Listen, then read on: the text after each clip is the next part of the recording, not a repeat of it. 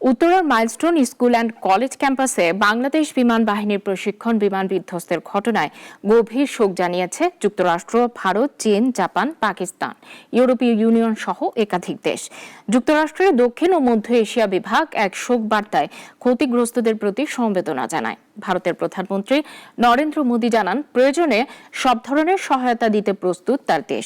চীন, Japan, Pakistan, Britain, Sweden, Switzerland সহ আন্তর্জাতিক সম্প্রদায়ও এই মর্মান্তিক দুর্ঘটনায় নিহতদের পরিবারের প্রতি শোক জানায় এবং আহতদের দ্রুত আরোগ্য কামনা করে। ঢাকায় নিযুক্ত বিভিন্ন দেশের কূটনীতিকরা সামাজিক মাধ্যমে শোক বার্তা প্রকাশ করেছেন। সবাই বলেছেন, এই দুঃসময়ে বাংলাদেশের পাশে আছে তারা।